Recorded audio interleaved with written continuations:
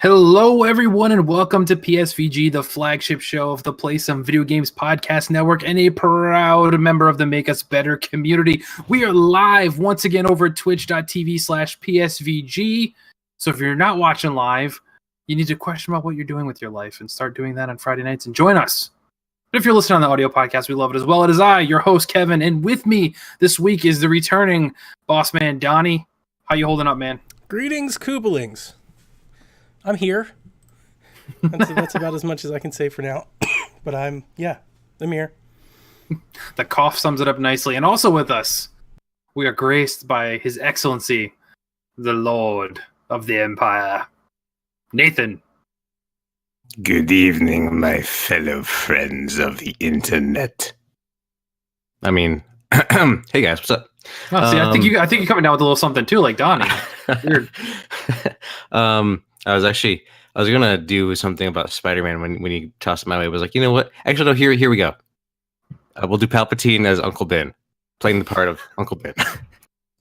Peter, with great power becomes great responsibility with the dark side. Here we go. No. When Uncle Ben Palpatine dies. Oh, guys. Uncle Ben Palpatine. Uncle Ben Palpatine. That's a new character for you. There you go. Start working on that one. So, but before we get started, we do have to take a quick second and thank all of our amazing patrons, as Sean Capri calls them, over at patreon.com/makeusbetter. We have our distinguished platinum executive producers, Mr. Corey Hicks, over at twitch.tv/chicks_18. It's not a bad thing, guys. It's okay to go there and visit. Mr. Mark Moody's new podcast, Out of Lives, is over there on youtube.com/outoflives. Our gold executive producers, big thanks to Mike BC and Panache Malloy.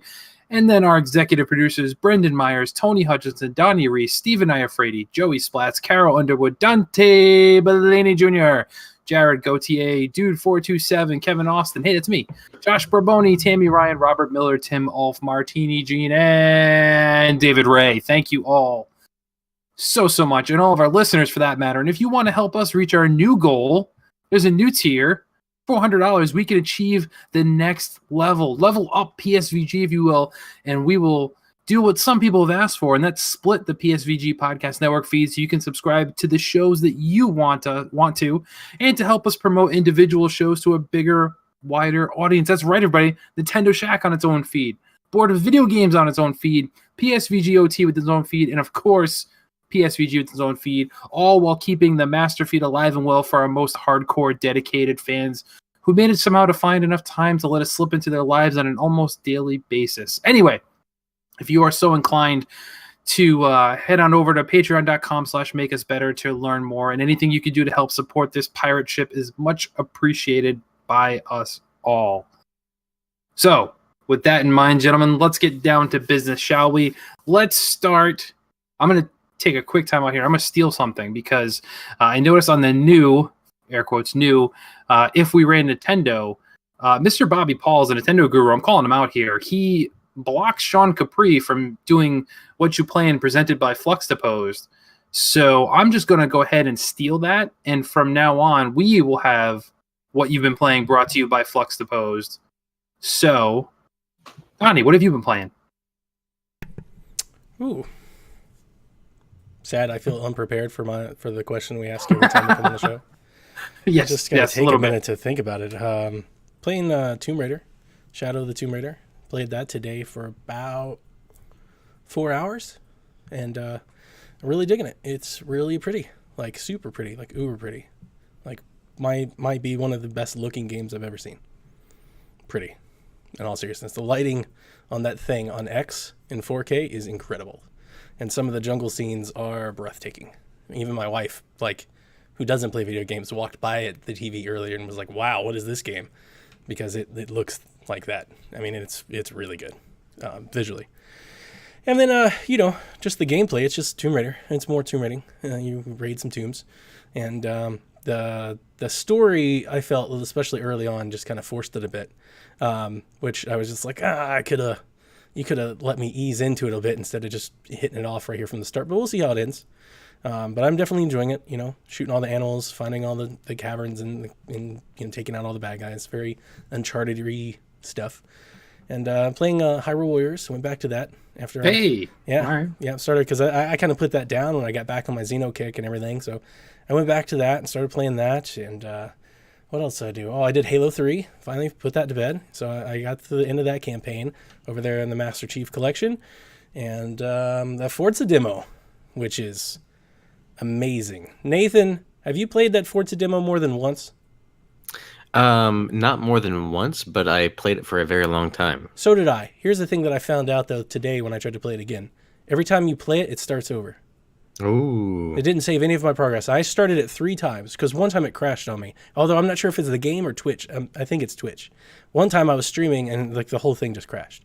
So when I booted it back up again, I had to start all over, which was fine. I wasn't that far in. I was maybe like 25 minutes.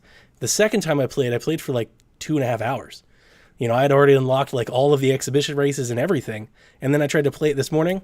Totally had to start all over again. I let my son play. He had to start all over again. So, you know, just I don't think the demo is like saving your progress. I think is well, I mean, it's a demo. Yeah, you don't really expect it to really. What I'm honestly wondering, like, now I'm kind of interested to know how long could you play it? Because Kevin, I played the game for like 2.5 hours. Like this is like the world's grandest demo ever. Like you could just keep playing. I probably raced, I don't know, 8-10 races. I got 5-6 signs and 5 or 6 speed traps. Like I opened a large area of the map. I think I almost had the entire autumn festival unlocked when I called it quits yesterday because I thought I'd just wake up this morning and finish it off. Like when I went to bed last night, I was like, oh, I'll just they'll only let us play through autumn. Like that'll be the demo, and I'll finish this off tomorrow. Got to be one of the best demos I've ever played. To be quite honest with you, as a demo, like if you want to rate a demo, best demo ever. Like it's just a lot of game for a demo, and I'm glad I got my hands on it. It is Forza. It's as beautiful as you ever wished it was. Ran a little choppy for me, the demo. So mine didn't run choppy at all, but so you streamed it with Twitch. I streamed mine out to Mixer, but I didn't have any issues on my X. Okay. At all. Maybe it's the Twitch. So, is it a built-in app for it, or are you using like an intermediary computer? Built-in app, which I hate. So there could be some issues there because Mixer is built into the OS and the app is a tack-on. So yeah, it was a little choppy, especially like in cutscenes. Just kind of skip a frame here or there, and you'd see it. Just a little stagger, and it'd catch back up. And the load time was really long. Load time, like a good 2-3 minutes to get into the game. But once I got in the game, yikes, ran fine. Yep. Once I got into the game, I was great. Are you storing it on an external or an internal drive? External drive. I was thinking about that too. Okay. I was storing it on an external 4 terabyte drive, and I was wondering if that read-write speed was maybe something to think about. Typically, the external drives can have a faster throughput, but I'm not sure depending on the model that you get. I know the one I got is really good. I don't know what it is off the top of my head, but it's really good. I paid like $120 for it. It's a good one. Yeah. It's a great demo. I love that demo. It is a great demo, and I'm excited to have Forza back. I'm excited to be playing all these games. The summer was cool. I got to play a little Dead Cells, get to mess around with some indie games, play a little Hollow Knight, but I'm ready for my AAA big, franchise. Like, 'tis the season, boys. 'Tis the season, and I'm excited. I want to, excuse me. Oh, if I don't lose a lung. I'm excited to play these games, so the tomb rating is just a blast, and that's what I'm looking forward to most. And I hope to just kind of keep going along with that. I've read that it's anywhere between 10 and 15 hours, like campaign. So I might even put that thing to bed like this weekend and move on to bigger and better things. But yeah, Kevin, it's over there on that Xbox of yours, buddy. Unlocked it. Yeah, I got to beat the last one first. I know it's. Don't beat the last one first. Play this one. This one, I feel like this one's already better. Well, I've heard that there's some story tie-in. That I was reading an article and I saw it, so then I stopped. So I was like, well, I probably need to play the other one. We can't spoil anything, but like there's a big event that happens early on in the game that's pretty, impressive. Like it made me was like, man, I want a whole game like built around this, not a tomb raiding game. Okay, maybe I'll just jump into cool. this. And then there's a flashback scene that just totally took my heart. By the way, Lara Croft, dude, talk about the world's grandest like playground. Did you get through that part, Nathan? Mm-mm. Oh man, she's got the best jungle gym the world has ever seen. Is there a flashback scene to her mansion? Yeah. To Croft Manor? Okay, cool. Yeah. And her jungle gym, like her playground is ridiculous. So I was like totally jealous. I was like, yeah, This kid from Cleveland totally You're relates. like, I want to play. Her playground's like better than my actual house. Not the house I grew up in, but like my actual house now. Spoiled kid. But yeah, that's kind of it. I've been messing with, I've been doing Madden, NBA Live, and messing with stuff like that. The Dragon Ball Z Fighters beta on Switch I did. I never really talked about that. That's really good, by the way. Runs great. So just messing around stuff, hitting these big releases, Kev. All right. I'll do a couple quick hits before I get into the meaty stuff that I know. There's one specifically both Nathan and I want to talk about, I'm sure. First off, Carol can stop complaining. I pre-ordered Undertale, so I will play that when it comes out. So yada, yada, yada. Nintendo Direct, really quick. Some people wanted me, and I know I couldn't make Nintendo Shack last night to talk about it. So Luigi, Yoshi, Animal Crossing, yay. But freaking Katamari Damacy, yes. Been saying this. I've been waiting for this so game. You just roll a ball around like it's like ball in a cup. Yeah, Caroline did a really terrible job of explaining this game to you. So I'm so Jason has also played it too, and Jason's a fan of it as well. Okay. And I'm pretty sure Lucas has even played it. What it is the king of all cosmos. He's basically God in this universe. He accidentally destroys the stars. And he sends you, the prince, to Earth to rebuild these stars by using your Katamari, which is the ball, and rolling the ball and picking up items to create the stars again, remake the constellation, stuff like that. She makes it seem like all you do is just roll the ball and that's it, but no, there's objectives. Like sometimes you have to collect just, a specific type of item, and you have to avoid other ones. Is it one of the games that's like it's hard to control and that's the fun? No, this isn't hard to control. This is much. If you ever played like that Nobi Boy, that one, it's made by the same people, but that game didn't really make any sense. It was kind of hard to control. Katamari's like, it's exactly what you expected. You push forward in the joysticks, he rolls the ball forward. You pull back, he rolls backwards. Like, it's very easy and a lot of fun. I am interested to see though what the price is going to be, because I thought they already, they priced it. It's out. You can pre-order it. Okay, I didn't see what the price was. I forget what it is. I want to say it's $50, but I'm not sure. Which is insane because the original game came out on PS2 for $20. That was the original retail price of this game. So if they ask anything more than like $30, it's kind of insane, to be honest. But I know it's a remaster, but still, I mean, like the reason I got the game in the first place is like, whoa, this cover looks really weird. The back looked really weird, and it's $20. I'll pull the trigger and buy it, and I did. But in your defense, every podcaster that I've ever heard play this game loves it. It's 30. Yeah, 30. Okay, I'm fine with that. That's fine. I'm fine with that. It's a great game, and it was a sleeper hit back then. It was just a game that came out of nowhere. This is the same game I told you about last week, right? The PS4, because I was trying to think about it last night. I was like, they announced Katamari Damacy for PlayStation 4 last week, like before TGS. Did they? I didn't see that. Remember I messaged you? It doesn't matter. Bad podcast. Okay. Yeah, I don't know. So excited for those. I did go back to Hollow Knight, giving it a second go ahead as everybody keeps pressuring me to do it. Okay, I will say this: it is getting better. Ugh. I still disdain the lack of, and I'm. You guys keep saying there's a story here. I'm getting absolutely no story other than I'm saving these caterpillars. That's all I understand what's going on. Well, it's not story like in the cutscene. Let's tell you what's going on. It's more like environmental storytelling. There's a lake, and you're like walking around a harrow nest. You're trying to free all these folks from all their different like little ailments and stuff. But I get what you're saying. I've looked it up, so I have the. Yeah, I have the luxury of having other people tell me what they pulled out of it. Right, and that's the thing is like the game doesn't do a good job of projecting this story at all, or any sort of direction really, for that matter. It's like you just show up at this town, you jump down a well, go ahead, figure out the rest. Like they don't tell you rescue these things, collect these. It doesn't do any of it. But anyway, I'm having fun. It's got its hooks in me a little bit better now. It's much like SteamWorld Dig 2 did for me, where I really didn't get it at first, but then eventually I'm like, okay, now I'm getting the grind here. I understand what I'm supposed to be doing, and I went with it. So I'm enjoying it. So I'm still playing that. Do you get past the Soul Master? Like, have you gotten further than me? I don't know who the Soul Master is because they don't give you names of anything. I've beaten a couple bosses. He floats and he's got the things that float around him. And I have not seen him then yet. No, all right. But I've beaten two other bosses. Just I haven't seen that guy. Okay. So playing that, I did a review game, which I posted up up on the site earlier today. It's a stealth game, stealth release rather. Haunted Dungeons Hioki Castle. Now, this is one from, I think we initially got the lead on this one from our buddies at Exceed Games. They sent it over, and this game's hard to explain. It's basically an old school dungeon crawler.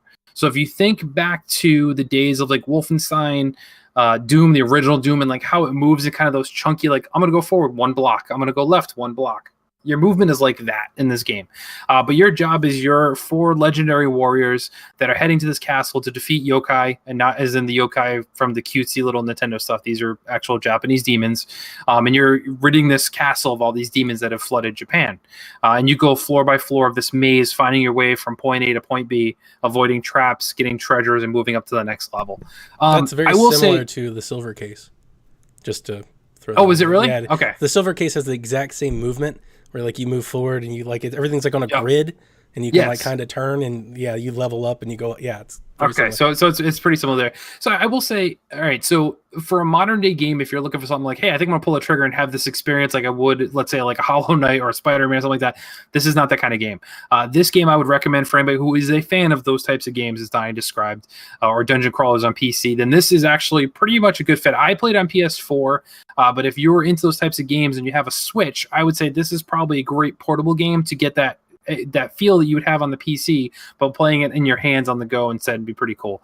The artwork is beautiful, meaning the artwork, not necessarily the graphics, but the artwork for the game is done all in the traditional Japanese art styles, which is very cool. I can appreciate what the game's trying to do. It's not a fantastic game, but it's an okay game if you're into this type of game. If you're not, I recommend staying away from it. There's a lot of cool mechanics. You have a party of 4 players, and as you do your attacks, it's kind of weird. You have to, much like Final Fantasy, you do an attack and you have to cool down before your character can attack again. So you have to use your other characters to attack. Well, in Final Fantasy, you just hit the button and then it goes to your next person while the person recharges. In this game, it does not. You actually have to hit the shoulder buttons to switch to your next character, then attack, switch, attack, switch, attack. So you kind of get to this weird rhythm where it's almost a rhythm game where you're constantly pressing buttons to do your different motions and go through the actions there. So there's like these weird mechanics that the developers put in there between that, and you can split your party into 2 separate parties and attack from both sides of an enemy, but you control them independently. So it seems like the developers here had a bunch of different ideas, and the only issue I have with it is that they had all these great ideas, but they didn't execute any of them perfectly. And that's kind of the issue there too, is they tried to do too much and couldn't really perfect any of it, so it can be a little bit stale, a little bit weird, I think, for some people there. But overall, pretty good game. Head over to the website, psvg.blog, check it out. I did post like the first, half hour or 40 minutes of gameplay if you want to check it out, so there's not really anything spoilery or anything. That's first couple dungeons, but pretty cool. I did get access into the Call of Duty Blackout beta at the beginning of this week as we're recording this on PS4, and I will say, and I think Nathan, you'll be excited about this too if you can get into this, you will never have a reason to play PUBG ever again. So I wanted to ask you, because I don't know anything about it because I haven't played Call of Duty in forever. Sure. So comparatively to PUBG, I mean, you drop in with nothing, you find stuff, and you go, and you get attachments and things like that with PUBG. Is it the same concept? Like, how does it work, or do you have loadouts? Nope, it's the same thing. You pick up your stuff as you go, drop in, just like you do in PUBG. I don't know if this is the cap on the game or this seems to happen on the beta. It's 88 players instead of 100, so it is a little bit less. How big is the map?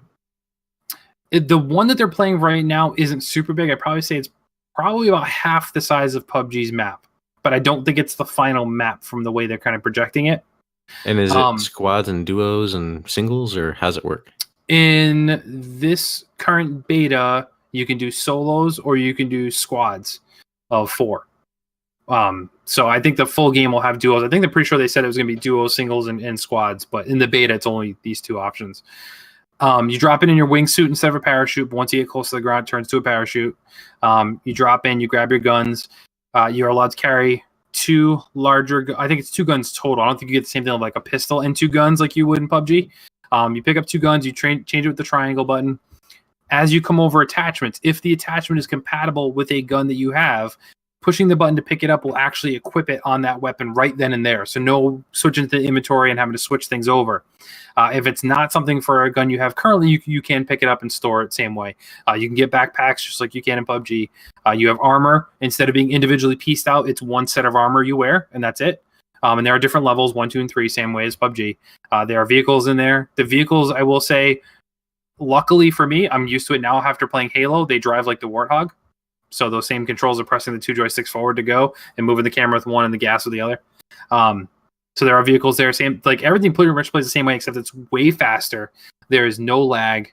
It looks good. Now, it doesn't look your typical Call of Duty good, because those games do look good. It is scaled down slightly, but it still looks, to be honest, probably twice as good as PUBG does. And it's super fast. The load times are great. All no first person. Yep, all first person. No popping in of textures, things of like that. It all seems to be there when you land and load it. But the cool thing is you do get those power-ups, I guess you call them, that Call of Duty has. You get like special abilities, like a barricade and stuff like that. I want to turn that off. Well, the thing is you don't have it in your loadout as your character. You actually pick them up in. No, I still don't like it. Okay. I don't like that concept at all. You know, 'cause I don't like playing Smash Bros with the ultimate ball floating around. I just like give me the skill. Yeah, but yeah, Shelfie I mean, it's wants not. to know if you'll walk away from Fortnite. Oh, so that's what's tough. You can't compare these to Fortnite, just like I don't try and compare Fortnite to PUBG, because they're not the same type of game. PUBG and this are much more similar. I will still keep playing Fortnite, but to be honest, I've gone farther and farther away from Fortnite, playing maybe once or twice a week, and that's it, because I have so many other games to play. It's like finally got like its hooks out of me, but I still go back to it and play it occasionally for fun. But it is super, super good. Not good enough to make me say I'm going to plop down $60 and to play this blackout mode, because that's probably the only thing I'd play. But it does have my attention. I will say that much for sure. And here's the other thing: Call of Duty people, like players in Call of Duty, are like another level than me. You know, so But I've gotten a lot of kills in this, which is funny. I think I've gotten more kills in this beta than I do get in a typical PUBG session. Huh? And I don't know if it's just because the quality of players in the beta. You can get through a match in probably 15, 30 minutes, so it's not that super, super long. They do try and move the circle a little bit more than PUBG does. Like, they're not as super like, hey, this first circle is gigantic. It's not that way. It starts you off a little more controlled area. Like, as you're dropping in, they give you the first circle, like where it's going to be. So you may jump off the helicopter, start going one direction, and before you even get anywhere near the ground, they're like, oh, the circle's gonna be over here, and you can kind of turn your wingsuit and glide that way in that direction. And the vehicles help too, get across the map pretty quick. So when you win, is it a grilled pork chop dinner? I did not win, so I don't pancakes, know. Actually, you know, I'm trying to be polar opposite of what PUBG is, so it's probably like breakfast, yes. So pancakes, chicken and waffles. No, it's waffles. There you go, waffles. Waffle breakfast. But no, I did get second place a few times, fourth, fifth, 11th. Then occasionally you get the ones where you get killed like right away. But I do just like the mechanics of it. It plays really good. It feels really good. You imagine with the amount of time PUBG has been actively working on this game, this is what I would have expected PUBG to be, 2-3 years into it. And Call of Duty's really nailed it. But we kind of expected Call of Duty to bring its A game when they decided to do this. But now I feel like it's seriously, the noose has got to be tightening around the guys over at Blue Hole Studios. Like, seriously, it's nowhere near the quality at all. But and then last but certainly not least, the big one, Spider-Man. I'm gonna stay spoilers free. The guys at Board of Video Games talked about it as well. This game is freaking amazing. Dude, the stuff in this is incredible. The Easter eggs for comic fans too are fun. So Donnie, this isn't anything spoilerish, but there's a ton of collectibles that's been talked about a lot. Like similar to you getting like Assassin's Creed or Watch Dogs, which I don't get too much into those types of things. This game makes you want to do them though. You go around taking photographs of landmarks, and some are actual landmarks in New York, like Radio City Music Hall, stuff like that. But then there's also, this is the New York in the Marvel universe. So there's the Avengers Tower. There's the Sanctum Sanctorum, Doctor Strange's, hideout is there. Rand Enterprises. Rand Enterprises is there. So like all these different Marvel things are there too. So like kind of gives you those Easter egg things. Love it. But it is so good. The travel is so much fun. Just swinging through New York City. Story is great. Voice acting is phenomenal. I mean, you just get a feel for this. It's so much fun. It's such a good game. It's just so much fun. Fun. But Nate, I'll let you talk about it because you've been patiently waiting. So take it away, sir. I'll jump in if there's anything else I want to say as you bring it up. So I'll start out with Spider-Man since that's where we're at. But I've put in, I'm about 20% or so into the game so far, and that's not story. That's just pretty much me just goofing around, me too, around the city. Because like you, I just once they started introducing backpacks, I'm like, oh, well, these are kind of cool. And then when you pick it up as a comic book fan, like we are, he talks about, oh, this is when Mysterio broke his thing, and I took this as the concept for my glasses and things like that. And I was just like, the Easter eggs, like you said, are just really well done, and you can tell by these little things that you don't really think are important to the game, but they're important to the people that made the game, and that comes through, because even when you're doing these little collection missions, he's doing this little like spider cop thing, right? Oh god, it's so much fun. Fantastic. Really, really enjoy it. I mean, they capture the personality of little bit older Peter Parker really well. They put you in a scenario where you don't typically see Spider-Man in this stage of his life when you start the game out. Which, like I said, I'm not that far in, so that'll probably all change here within the next couple minutes. But it's actually really cool to see how it is. Who he's working with, who he works for. He's trying to make his rent, and it's the jokes that he has, little quips. It's fun. And I'm playing on my PS4 Pro, and it looks flipping tastic. And I gotta say one thing though about this PS4 Pro. That thing is loud. Like it's literally like sitting right here next to me because I'm playing it on my computer because I broadcast it out when I played on Mixer, mixer.com/SpiderJedi. And when I play it, I have my headphones on at least so I don't hear that. But when I have my headphones off and I'm like, oh my gosh, things are so loud, it's like overpowering. Yeah. However, the game is fantastic. I said it in Discord earlier. If you own a PlayStation 4, you should have Spider-Man. This is the best Spider-Man game I've ever played. It's fantastic, and I'm really excited to get more into it because, like I said, I'm only 20% in, and I'm loving every minute of it. Even though it's using this rinky-dink symmetrical stick PS4 controller, but it's a fun ride so far. I've really enjoyed it. Looking forward to getting more into it. I'd be playing it right now if I wasn't talking to you schmucks. I would be too. I'm about just as far as you. I think I'm like 25%, but most of it's been all these side quests and side missions and stuff. But yeah, Donnie, you need to pick this up. And I know you kind of teased a little bit in the Discord that you're thinking about it. You probably ordered it. He probably just got to go pick it up now. I got it. It's upstairs. Yes. It's in it's in the PS4. I'd imagine it's installing. I don't know. I didn't look at it. I just put it in, turned on the PlayStation 4 and put it in. But I had my wife pick it up on her way home because I'm sick. I sit on the couch all weekend anyway. And as I mentioned in our Discord, I got a $25. I hit that. He goes, once you hit $25 on the Best Buy rewards, they auto issue the cert. Yep. Yeah. You have to use it. And I had a deadline on it. It was like November 2nd. And I was like, well, I might as well go ahead and get this because I already got my Pokemon stuff. So you're gonna love it. I'm serious. You're gonna love it. It's great. It's great too because I will say, and Nathan touched on this a little bit. So there's all these Easter eggs here that you could tell the development team took care of this. They actually care about the product.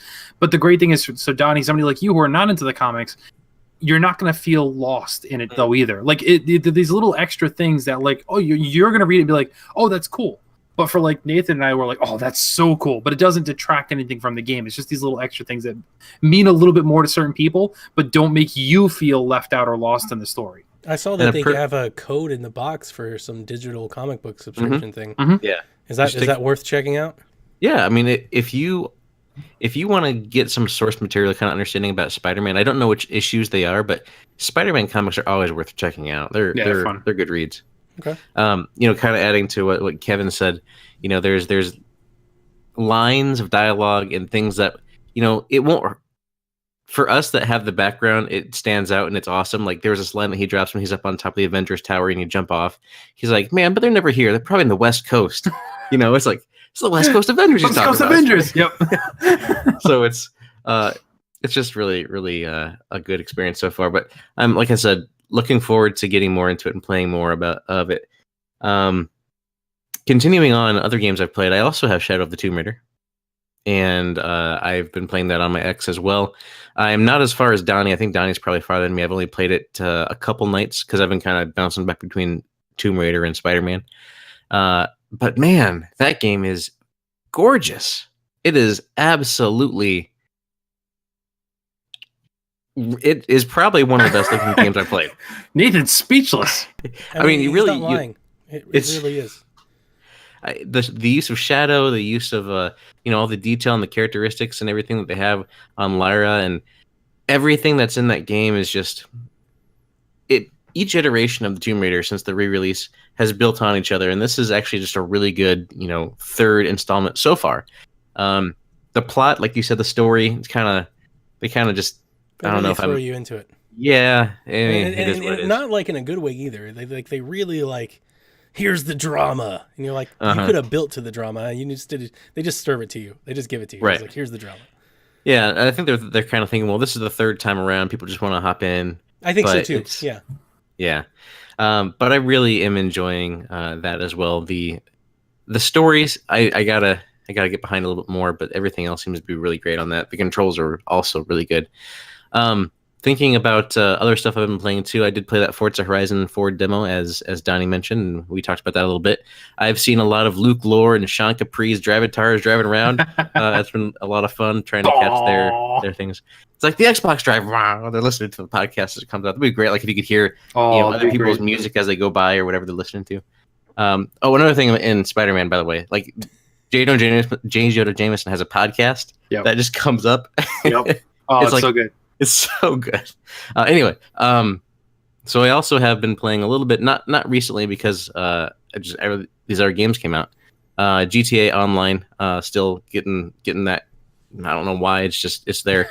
I finally got that resolution for that issue that I had like months ago, where I pre-ordered Red Dead Redemption 2, and I was supposed to get a $2 million GTA Online bonus, and I never got it, and finally got that resolved. Someone had to actually just manually add it to my account because it just wasn't going anywhere.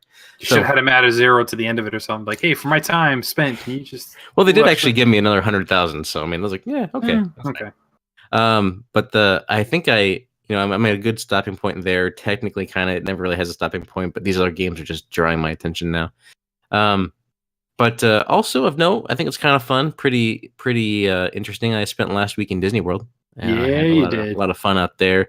Took the boy. He got his first haircut. I also got my first haircut. They have a barbershop there. Wait, on Main Street, right? Yeah, they have a barbershop there on Main Street that you can go into and get a haircut. I mean, it's nothing to write home about, but it was a neat experience for him. He'll have they have a little certificate. They save the little clippings and stuff. So he got a little hat that said "My First Haircut." He saw a lot of the characters. Like, I've never gone to Disney World for the characters. That's just never been my thing. But it's as you guys both know, and as I'm learning, as you are a father and you're raising somebody, you see the world a lot differently. Things that you take for granted before, things that you didn't pay attention to before, you start to look at and realize, and just how much different the world will be for. It's interesting, right? The way you look at things when you have a young one that you're raising, and Disney World is just a fantastic place. I mean, even though he's only 9 months and he's not going to remember it, my wife and I will. We'll have those pictures. We got that memory maker pass. And we got thousands of pictures. Oh, perfect. Yep. Every place we're like, can you take a picture and get our picture taken? We went to Toy Story Land. That was really cool. We rode the Slinky Dog ride that just opened up. You can see the Star Wars Land is opening next year, and they're constructing it right now, right by Toy Story Land. And so you can see like the spires and stuff over there, and it looks really cool. Looking forward to that. We did hit up all the parks. I'm not going to go into all of them, but it was at Epcot. It was the Food and Wine Festival, so they had extra little booths all the way around. Oh, those are great. Yes. So it was a really good time. Really enjoyed it. I needed a vacation. I've had a lot of stress and pressure, and it's just kind of nice to kind of pull away from everything here a little bit and just kind of get away. Now getting kind of back into the swing of things. I had a what's it? It's not midterm, quarter term for my class I'm taking in college. Today I took the quarter term test, and hopefully that was fine. But anyway, that's me. I've been really busy, really swamped, but I'm kind of at a good stopping point. Oh, one more thing. We got landscaping done around our house, and it's really nice now that our house is actually kind of clean looking around it, because there was overgrown stuff, and I just hated it. Every day I looked at it, and it was just driving me bonkers, and now it's all gone. Did it look shack-like? Getting pretty darn close to it. I gotta look into that. It's something I've never done, is just have somebody else do the landscaping. Like, I hate doing it, and I'm not good at it. Certain things, I should really hire somebody to do it. See, I don't have time for the things I want to do, let alone the things I don't want to do. So right. Yeah. If this was going to get done, we had to, get someone else out here. So it took us a while to get some estimates and get people out, but we finally took the plunge. It's definitely, it's still not 100% done yet, but it's definitely a million times better. Good. All right. Well, gentlemen, we asked for questions, and you all came to the call here big time. So it's time to dive right in and check out the messages. Okay, we're going to go through these a little quick because we spent a lot of time talking about what we've been playing, rightly so. So we're going to hit these up real quick. First one, Carlos at Hard Rock Guy on Twitter asks, chocolate or vanilla? I'm vanilla. Vanilla. Oh, Donnie. Well, it really doesn't. It depends on what it is. Generally, I'm a vanilla guy, but I mean, I love me a good chocolate brownie. You Oh, know what I mean? sure. Yeah. We can put I a don't know. little For some vanilla reason, I ice went cream right on to top of ice a cream. chocolate brownie. I just went right to ice cream for some reason. Is there Whenever a I saw it, vanilla I was like, brownie? There's no like opposite of the chocolate brownie. There are blondies. Yeah, I don't know if that you've ever doesn't- had one, but anyway, but yeah, I mean, typically vanilla. Like if you think of flavors on like in coffee or something like that, I prefer a vanilla flavor to a chocolate flavor. definitely, I'm with you. Our own Caro at the Nintendo asks favorite Animal Crossing villager, and she also states probably only Kevin can answer this one. I feel like Donnie might be able to. Donnie should be able to. So I'm going with Puck, the That's a good penguin, one. because he's a hockey reference. He wears a little hockey helmet. He has a little jersey on. I like him. He's fun. Keeping with my favorite Pokemon Cubone, I'll go with Bones. Because he's cool. He's kind of like me. When I'm not running and gunning and the city's burning down, I'm just lazy. I hang out, just laying around. Yeah, I'm assuming you don't have an answer for this one, right? My favorite one is Star Just Fox. guess one. Throw Star one. Fox. You could just say a name and you might be Star correct. Fox. Fox McCloud. That's Fox my favorite one. There you go. Perfect. Trash Turkey sent us a twofer. So let's go with the first one first, as you generally would.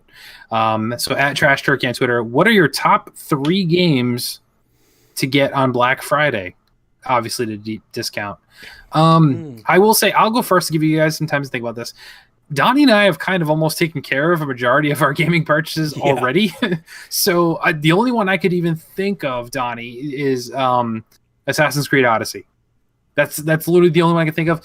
Personally, I'd probably pick up something on Nintendo that I didn't have already. Maybe Fire Emblem Warriors if that goes on sale or something like that, like an older game.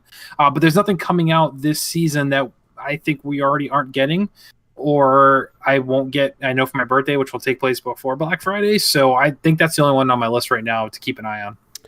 Starlink. I'm going to put that under the Christmas tree, and I will be getting it on Black Friday. That's kind of the date that I have circled to grab that one. Assassin's Creed's a good one. I think I bought everything else. So, yeah. Everything else on Switch that... Oh, no. Valkyria Chronicles.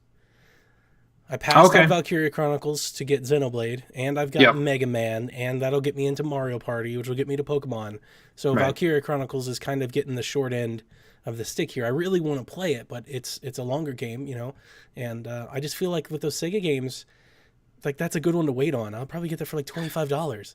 Yeah, so. and honestly, that's probably more the appropriate price point. They're great games, but they're not. I don't know. It's Sega. It's tough, Like I hate to say that, but they don't do AAA games, so it's like the demo's really good. Like this one's really good. I'm excited. Yeah. So Nathan, you're kind of the crafty guy who waits till Black Friday most time to pick up some things. So let's change a little bit recently. Is there anything you currently have your eyes on? Well, I'm just gonna take a look at this from a perspective of what Black Friday tactics I've used in the past, and just kind of giving him a general idea of what would be a good get most likely on Black Friday. Ubisoft titles are generally half off on Black Friday. I can't say it. I want to say Black Flag Day. Black Flag Day. Friday. So Ubisoft titles are generally pretty discounted. Obviously, anything that's come up before September will be at least half off. But if you want to get a newer game, usually, maybe not even on Black Friday, the week leading up to it or the week after, Target usually has those buy one, get ones, or the buy two, get one deals. So the games that don't usually go discounted, like I'm sure Red Dead Redemption is not going to see a discount because Rockstar doesn't discount their games. No. So that'd be a good opportunity to use to get that game. If there's a Nintendo game that's hot at that point, I don't know, is Smash Bros. Going to be out then? No, at that point? That's December. Okay. No, but you could get like Aces or Mario Party. I expect like those to get discounted. Octopath will probably get like a $40 treatment. So those would be the games that I would be looking for, and also, it's on that precipice of maybe it'll be a good discount, maybe it'll just be a slight discount. But Spider-Man, if you don't already have it, get it. Yeah, for sure. So Trash Turkey's other question: what announced online NES game are you most hyped for? So with the Switch Online services that we talked a little bit more about yesterday, they detailed the ones that we will get right off the bat, and then the next couple months. And then they also, Trash Turkey also asked, name one that they should add that they haven't announced already. So I will go with one. I will say from the original launch ones that we're getting, the ones I'm probably most excited for would be like River City Ransom, I think, or like Double Dragon. I have a feeling that if Jason and I can link up and find time to play together, that's one we definitely play with. And then down the line, I'm super excited for in October, Super Dodgeball. Devin and I have talked about this game a lot and how much fun that game is. So the fact they're adding the online to that is great. And then you got like Wario's Woods and Mighty Bomb Jack coming as well too. So those will be fun ones, I think, to come up down the line. One I want to see that isn't on there, Nintendo Shack talked about a little bit last night. The glaring one is Super Mario 2. The fact that's not on there. And I will say I've played Super Mario Brothers so many times. I played Super Mario Bros. 3 so many times. I think I've spent the least amount of time with Super Mario Bros. 2, and that's one I would like to go back and revisit. So that's one I want to see added, hopefully sometime soon. Donnie. I really don't care. Super Mario 3 is just one of the best Mario games ever made. So, I mean, I'll play that one the most, and I'll play Tecmo Bowl probably the most. I mean, yeah. And those might actually be the only ones I actually really play. Fair enough. Nathan, do you know any original Nintendo Entertainment System games? Super Mario Brothers 3. Yeah. Okay. It's a good one. But all of the ones I want to play are in that box back there, so I'm set. Yep. Donnie mentioned that too as well. If you have a mini, you should have it hacked. You should have all the games anyway, so nothing to worry about. Nathan's throwing a curveball question. I think it's going to kind of blow up in his face here. Thoughts on the Apple conference? Who cares? I don't even care, other than just grossly overpriced for everything. Phones. Bethesda was on the stage and you don't care? No, they already did their mobile game. They've already shown the game. I don't need to see it on. Howard was out there, man. Old news. They already announced it. But that game does look pretty cool. The Todd Howard game. I forget what it's called. Elder Scrolls something. Swords or something, isn't it? Whatever. But just a quick couple thoughts because I did pre-order iPhone today. The new phones look really cool. And I think they look just like the old phones. I would say they look like an iPhone. It's just the phone. It's the same phone. It's not the same phone because this one has a bigger screen. This is a max size. XL. Next year, no, it's a max, not XL. iPhone Magnum. Oh, speaking of Magnum, RIP. No, Magnum PI. Oh, okay. I was with you, Kev. Okay. Anyway. Anyway, just I'm done. Thank you. Fair enough.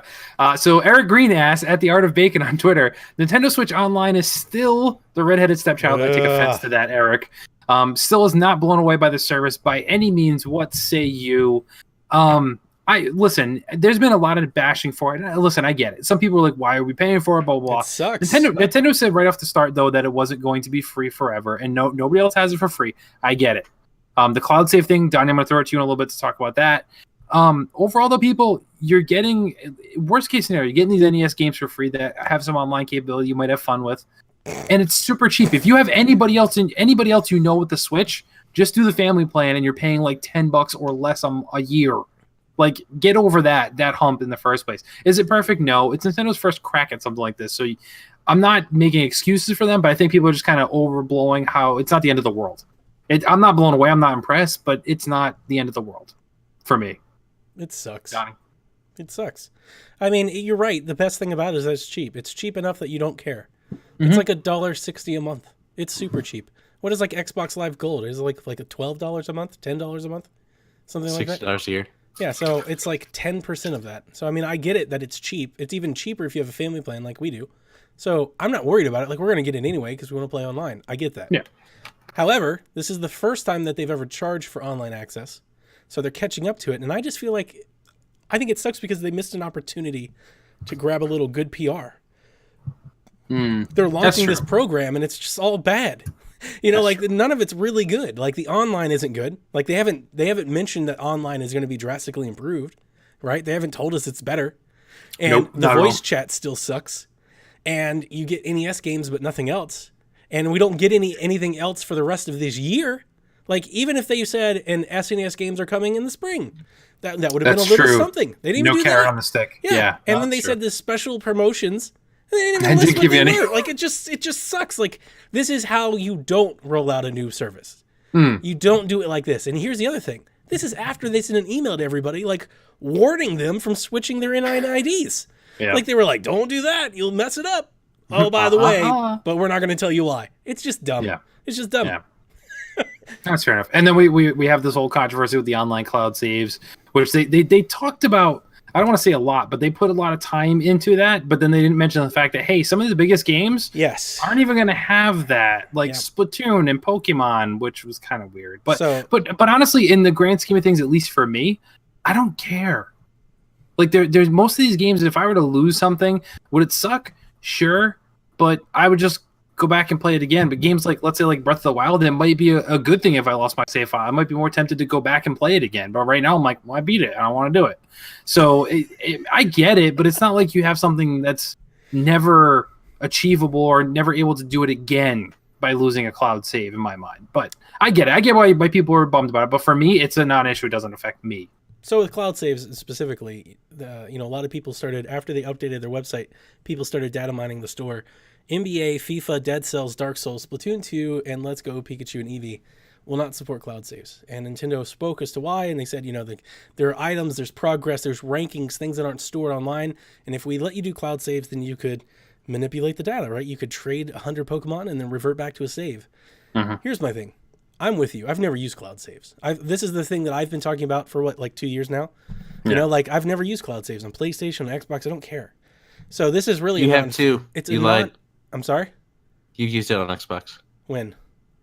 When you went and played back and forth, you were on Windows 10 PC playing, was it Forza at one point? And you went back and forth a little bit? I played Forza on my laptop in Denver. So maybe you're right. I used it one time. So you used it once? I used it once. So, I mean, this isn't really a thing for me. But that said, it's something they're charging for. And I'm kind of in the boat, I'd rather be easily manipulated to con than not at all. Who cares? Because I understand it. If somebody's I played 600 hours of Splatoon and I don't want to and somebody stole my Switch and I want to buy another one, or they release a new special edition and I want to pull it down or I want to add I understand there's a utility there that you're just not getting, and it's then why am I paying you? My whole thing about this is the justification for the payment. It really just doesn't seem like there is one. They're just making you give them some money. They're hey, all Switch owners, give us $10. There's really nothing. We're just spotting them. We're just spotting Nintendo for a little bit. Yeah, I know you're good for it later, Nintendo. Yeah, I know you're good for it. I know we'll get N64 games. Just go ahead and take my money now. It's ridiculous. So, Nathan, any thoughts before we transition to some non-Nintendo stuff for you? So, I mean, the whole cloud saves things is interesting because a lot of stuff is saved on third-party servers anymore, like Destiny and stuff like that, and GTA. It's all saved on their servers, not Fortnite. Yeah. So it's kind of interesting that some of those aren't already being transferred in some way or another. But like you said, I mean, because they just recently announced, the new Switch bundles that have some special stuff for Smash Brothers and Pikachu and not Pikachu, Pokemon. If you want to go to one of those and you don't have cloud saves, how can you do that? Can you use an external memory card to get there? Or do you? Memory card. With Pokemon, there's an interesting thing. I'm pretty sure the reason Pokemon doesn't support cloud saves is because they're going to make you pay for Pokemon Bank. Yeah, that's a separate thing that Pokemon has. You can store your Pokemon on this online server and pull them into any game. It's $5 a year, Pokemon but Bank. you can use them literally over any game. So I can grab Pokemon from Pokemon Yellow and bring them all the way forward to Pokemon Let's Go. Okay, but yeah, but also with cloud saves, you have also used them another time, Donnie, when you got your Xbox One X. You used cloud saves to start playing games there too. No, I didn't. I transferred everything from the hard drive. I backed it up and just plugged it in. It was fantastic. But your saves aren't stored on your local machine. They're stored in the cloud. Are they? All of them? Yeah, everyone. Okay, sure. It's seamless. You don't even realize it. I'm not going to argue with you, Nathan. I know. I backed up the hard drive. I plugged my hard drive in, and it was just like my same old Xbox. So yeah, but if you look at your content, the only stuff that's on the drive is DLC assets and game assets. I'm going to look mine up because I'm going to challenge you in this because I don't think I've ever allowed them to do that. The only thing that's on there is the assets, not the actual saves. We'll see. That is different for older saves though, from the what's it called, Xbox Originals. Yeah, back compat. Mm-hmm. So anyway, right. I'm ready to move on. Okay, fair enough. Next one comes from Chowfie at that Chowfie. Fall shows are kicking in, so what are you looking forward to watching or have started watching already? Okay, Nathan wants to go first. He's ready on the trigger here. So does this? I don't know if this counts as a fall show per se, but it just did come out, and I actually like the first couple episodes that I've seen so far, and I didn't Dancing think with I'd the be saying that. Stars. It is Dancing with the Stars. No, it is Iron Fist season 2. Ah, yep. I started watching the first couple episodes. I did not like the first Iron Fist season at all. I didn't care for Danny character, and this is just completely better. They learned from their mistakes, and the character of Danny so far is a lot better. The interaction with all the different characters is better. I like it a lot better. So I'm excited to see where it goes, and I'm actually invested this time where I wasn't in the past. That's fair. I've been taking the opportunity to catch up on the shows from last year. So, like, I cut cable a while back, like over a year ago now at this point. And I was keeping up with everything via the different streaming solutions. I was still watching shows they're currently on, but then it got to a point that I just couldn't. So I fell off a lot of shows, but I did now just finish up this week alone, The Flash from last season. Legends of S.H.I.E.L.D. yet. Legends of Tomorrow, finished that season up. Finished Supergirl up. Hey, I like all the shows. Yeah, all these things are terrible now. No, like, they used to be good, but now they're just the same thing every week. Oh, Barry, he's not fast enough. Oh, I'll be faster. And I'm faster at the end of the show. It's just the same thing. I'm done with it. I don't know. I still have fun with it. But the Marvel stuff is up next for me because I am very far behind. I still need to watch Jessica Jones 2. I need to watch Luke Cage 2. I need to watch Iron Fist 2. So those are coming up. But those I watch on my own. My wife does not watch any of those, where the other shows she does. So they're a little bit harder for me to get to. But that's what I'm looking forward to for this season. Donnie? I grabbed Sling so I could watch The Purge, which we've been enjoying, and Lily Simmons is in that. It's fantastic. And then we're watching Insecure on HBO and the new Ballers. Oh, yeah, Ballers. I was going to say that's back now. Yep. That's a fantastic show. That's a great show. Enjoy. And honorable mention, NFL's back. Yeah, well, yeah, that's given. So next one comes from Kyle. That's Psycho Cross, best 90s band. Ooh. Now, I'm an old man, so the 90s was my music. Your favorite or the best? I'm going with my favorite because best is purely subjective. So for me, and 90s is weird because there were a lot of like one hit or two hit people that just disappeared and still are no longer in existence today. Sure. So I pick ones that I can go back and still listen to their music and it still holds up. For me, Green Day, The Offspring, yep. And then this last one, they've kind of fallen off the face of the earth, but their music holds up so well, and they're very, very talented.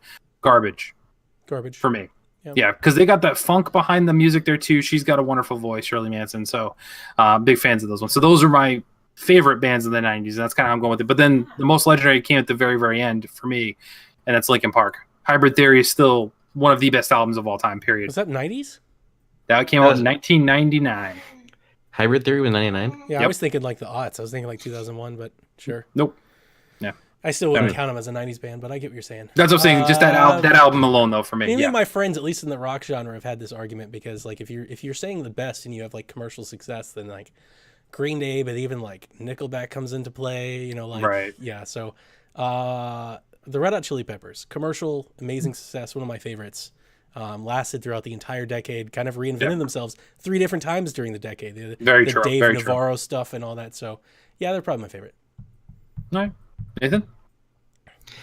So I got a couple answers here, both of them non-conventional. First is going to be Weird Al because just that was me growing up. I mean, Linkin Park was the most mainstream that I listened to back then, but Weird Al was just I always liked listening to him because I enjoy the funny music. So but then, truly, honestly, the 90s for me there's a lot of great, fantastic movie film scores. So I'm going to say the London Symphony Orchestra was my number one. There you go. I count it. 2 more questions. The other half of the Backlord Busters, Garage Surge. Worst game you've played this year?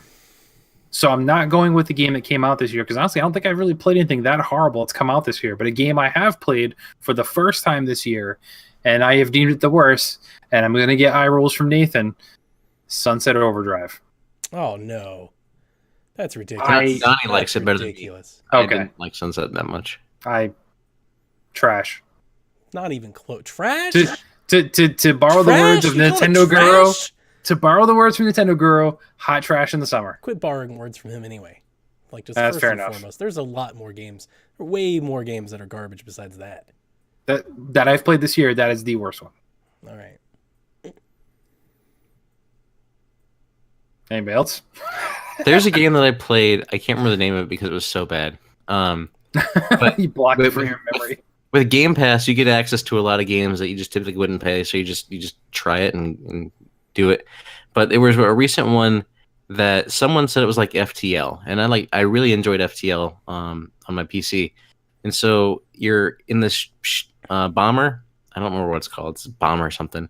And you're this crew of people on the bomber, and you got to go back and forth and do stuff. And I got about 3. What is it called? No. Oh, but I got about like 5-6 minutes into the game, and the controls don't make any sense. I'm frustrated, and I just literally uninstalled it right away. That was the worst game I played this year. Bad Bit makes a really good point. Sea of Thieves is worse than Sunset Overdrive. I played a game called 1979 Revolution. Oh, you were looking so forward to on that Nintendo game. Switch, and I reviewed it, or I didn't review it, but I looked up reviews for it when it was announced, because it surprisingly has amazing reviews, like Metacritic score in the 90s maybe. Like IGN gave it like a 9.5 or something. Like I remember looking it up, has really good reviews, positive everywhere. That game is like a PlayStation 2 game on Switch, and it's supposed to be like this telltale adventure. And I kind of would appreciate it because the story that it's telling of like this, these people, this uprising, and it's supposed to be like all like maybe true, or at least, somewhat true. And like, that's all nice and compelling if the game actually like executed any of it very well. It's like a telltale narrative, but the narrative is very linear. Like you can't go your own path. You have to like pick the choices it sets for you, or you die. And so you just kind of like watch it play while it plays. You snap like a camera around, and like the voiceover was terrible. Like you bump into somebody and they're like, "Hey buddy, what are you doing out here?" It's just like very forced and like on the nose. It's just like, I played that game for about Sure was cold out here. Yeah, I played that game for about an hour. I was like, this is terrible, and I turned it off. So yeah, that was one that I wish I had refunds for, because I would have asked for it. That's the game that was terrible. It's called Bomber Crew. So Bomber wasn't the name. Yeah. Okay. So our last question to wrap it up comes from Ashley. Now that we know Animal Crossing is coming to the Switch, what are we hoping to see from the next installment of Animal Crossing? Nathan's answer is Fox McCloud. Yeah, go Nathan. See Fox McCloud. That's a good one. What's with all those Animal Crossing questions? I don't know. Dude, people are excited, man. I love Animal Crossing. So for me, I'm actually super easy here. Do I want to see new stuff? Sure. But literally, if you just bring me all the same features we had in New Leaf, I'm perfectly fine with that as well. Just give me some new furniture, new villagers, stuff like that. I'm fine. I don't need anything additional. I will say, though, I don't really feel the need to be the mayor. I don't want that to do the projects and stuff like that. I'd rather just work on the town and donate and have them do the upgrades themselves, or whatever the case is. But other than that, I just want Animal Crossing. I don't care what it is. As long as it's not Happy Home Designer, I'm good. No, you got to be the mayor. Animal Crossing for Nintendo Switch. It's going to have HD. I'd like the map to be a lot bigger. I'd like to be able to switch between environments without so many load times. I'd like to be able to like swap my inventory and stuff without like all of the like the redundancy of like pull it out, put it back in, grab the other thing, pull it out. Like if I could speed all that up and just make it a little easier, I could do something like that. That type of stuff. Yeah, just quality of life, just more Animal Crossing, bigger, prettier, quality of life stuff. Agreed. And just give it to me, hopefully before holiday 2019. I'd like it. Yeah. I want a summer game. I want it to be in the summer. It's probably going to be in the fall. Yeah. What else like that?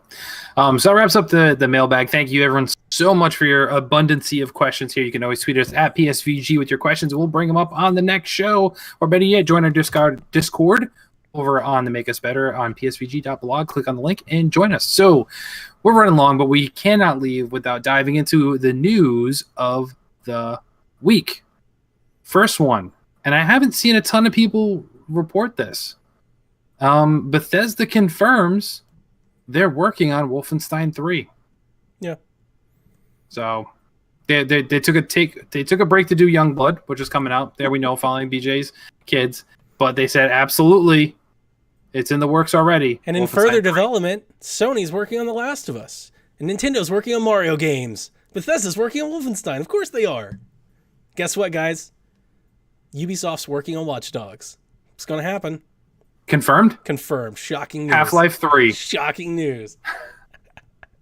I'm just saying it's surprising they even said it. Like, you figure if somebody asked them to be like, no comment, or talk about the stuff that we already know is coming, as opposed to something that hasn't been announced yet, really. So Yeah. I just thought it was interesting. But apparently nobody else does. That's okay.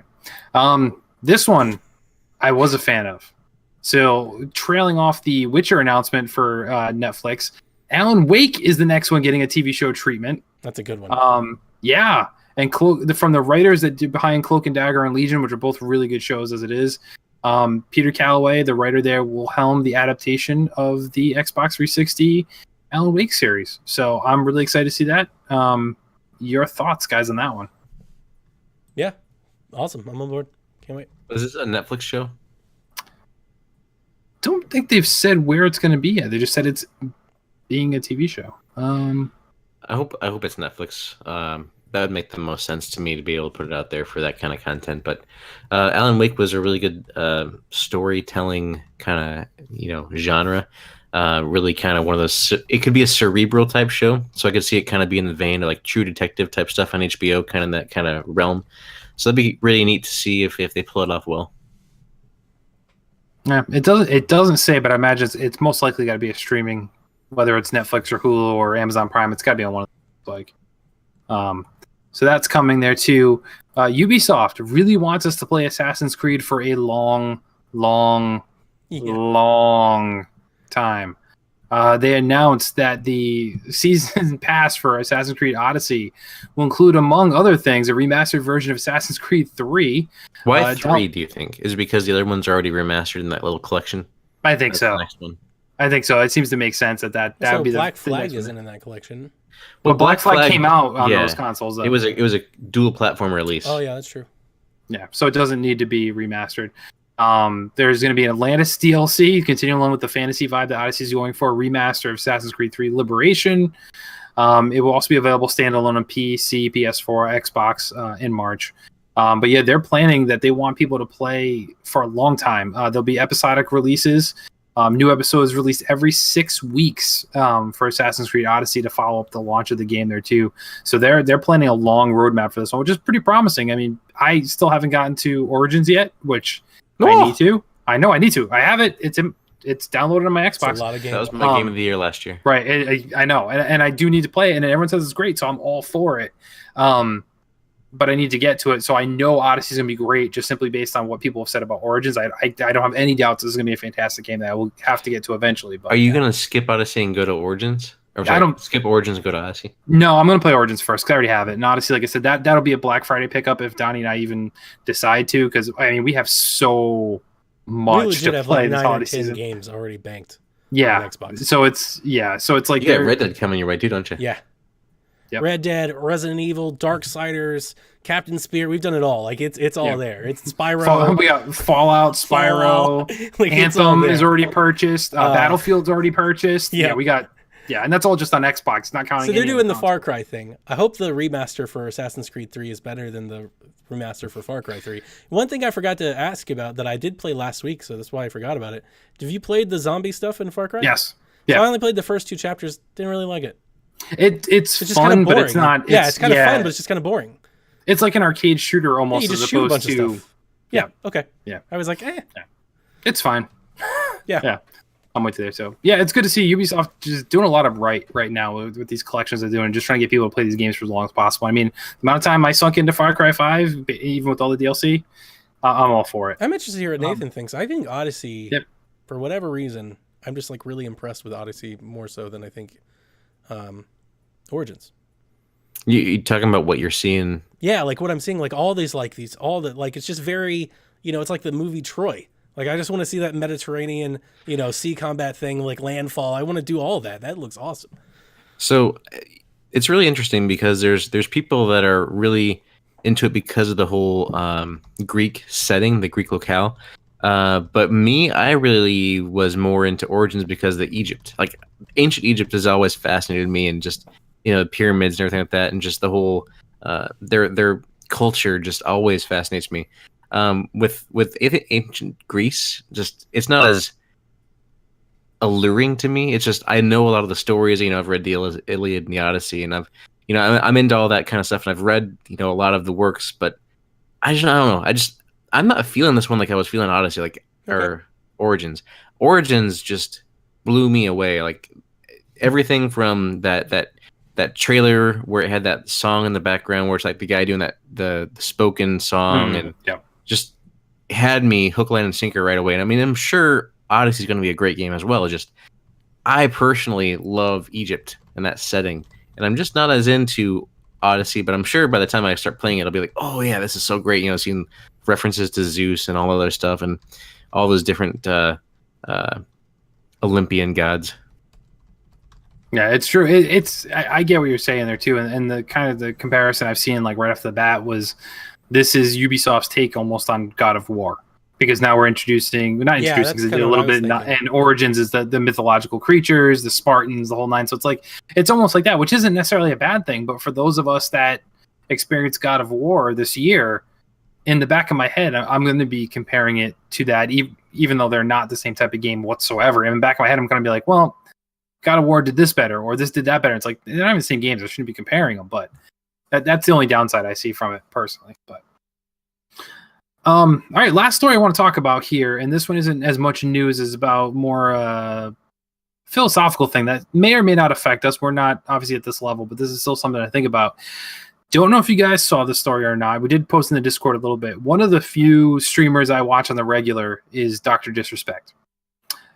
He had to abruptly stop his stream this week because somebody shot at his house and blew out a window in the middle of a stream. While his wife and very small daughter were both present in the house there too. He came back after a minute or two without his trademark wig and glasses on, which he's kind of really never seen like that publicly ever, and kind of went off on a tangent before ending the stream altogether. He did state that was the second day in a row that somebody had driven by his house while streaming and taking shots at the house. Last time they didn't connect. Police are investigating. Luckily, now today it's come out that it was most likely said to have come from a BB gun, so it's not anywhere near as serious, but it's still, it's still something you don't want to do. So now a lot of Twitch streamers are getting concerned between what happened with the unfortunate events in Jacksonville at the Madden tournament, where 2 pros died, injuring numerous, people in the crowd there. Dr. Disrespect being attacked at his house. We've heard different things about people being stalked, swatting people that are swatting, streamers while they're broadcasting, calling the police on them. A lot of streamers feel their safety is no longer guaranteed at any time, so a lot of them are pulling out of things such as TwitchCon or any type of events where they might go and meet their fans because they're scared. You don't know how people are going to react, and like I said, this is not something, we are obviously not on the level of these people here, but clearly these things are being targeted. Safety, it's hard to maintain at all times in these types of events. So I just want to kind of hear you guys' thoughts about this. We talked about on a previous podcast a little bit about the events that happened in Jacksonville. So I want kind of your takes on it. What's going on with today's society as gaming is becoming a bigger part of mainstream and pop culture, and these events are part of that life, and we're seeing more and more people stream. This is a scary reality we deal with. And I mean, there's nothing stopping Chowfie from showing up at your house, Donnie, knocking on your door. Nobody wants that. Let's be honest.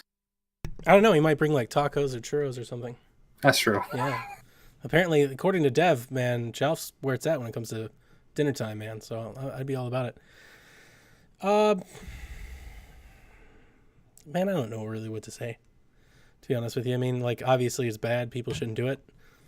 Obviously it's possible. Sometimes it might happen. I mean, I definitely think it's a wake up, You'll see some new security stuff. I heard from the Kind of Funny podcast when they went to the EA thing right after that they had bussed people in from a separate location and they wanded everybody and passed them out through metal detectors. So it looks like a lot of that will already start to change. I wouldn't go as far as saying it a fad right now, but like it is something that could trend. Like if like maybe people are getting the idea, they're starting to see that it gets notoriety. But really, I mean, it's not a gaming problem. It's just a society problem. It's a thing that happens right now, and there's not a whole lot you can do about it. As far as that happening at his house, I mean, what are you going to do? What can you do? Like, you guys got to be careful when you're streaming. Be mindful of saying things like your address and, the things that you show on camera and the things that you say to other people and, what might instigate them. Like, be mindful, because it's, it's a thing. It's possible. Yeah, Nathan, to knock it off when you're on Xbox, touting all that stuff. Someone's going after you. I know. Mr. Badbit's gonna show up at your house with all the bad bits. He's gonna bring a PlayStation and be like, no, you gotta play this the rest of your life. I'm like, no. Why does he talk with a southern accent? I don't know. He's from Jersey, isn't he? He just comes with a villainous intent that just comes with it. His voice is a much higher pitch than that too. So I mean, I'll just say this is that, like Donnie said, it's not limited to gaming. It affects humanity as a whole. It's just a thing right now that we live in a world that is inherently, well, disrespectful to each other. Dr. Disrespect, kind of an unfortunate name there, but yeah. There's a loss of humanity across the board, whether it be interactions with people, whether it be just treating people like with kindness and understanding. There's just people who want to have it their way and don't feel like anybody should interfere with their way of life, and don't care what other people think. And really, when you have to look at a society that is working together, you really have to take everybody's opinions and thoughts into account and understand, like, you want to treat people how you want to be treated, not just expect to get the way that you want to be treated all the time, right? So for me, my answer to this is just, I'm going to be positive. I'm going to be the guy that, I'm helping people out where I can. I'm doing Extra Life. I'm showing that gamers are still good and that there are bright spots out there that aren't, the issues that you have. And I'm not online, yelling like, oh, you F this, F that, the names that you get all the time if you're actually playing a game online. That's why I play a lot of single player games. That's why I play Spider-Man, right? Because there's none of that. There's none of this talk and people yelling at each other and just being stupid. But where you can, be better. Treat people the way you want to be treated. That's all we can do, no matter what it is. Amen. I like that. That's a good note to end this on. So I think it's time to wrap up the show, gentlemen. It was a good one. We had a lot of stuff going on. But before we leave, it's time to talk a little bit about what we are up to, what we want to plug. So, Nathan, you mentioned Extra Life. Why don't you tell us a little bit more about that? So Extra Life is rapidly approaching, y'all. It is going to be the 2nd of November is when I'm going to be doing my stream, my 24-hour marathon. And we have a Make Us Better community team that I'd like to have y'all join me on. With this team, you can still set up your own locale for your hospital, so your donations will go to your specific hospital. But you're just part of the Make Us Better community. You join the team.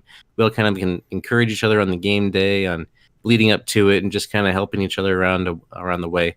So you can join that team by going to extra-life.org/team/MUB, as in Make Us Better.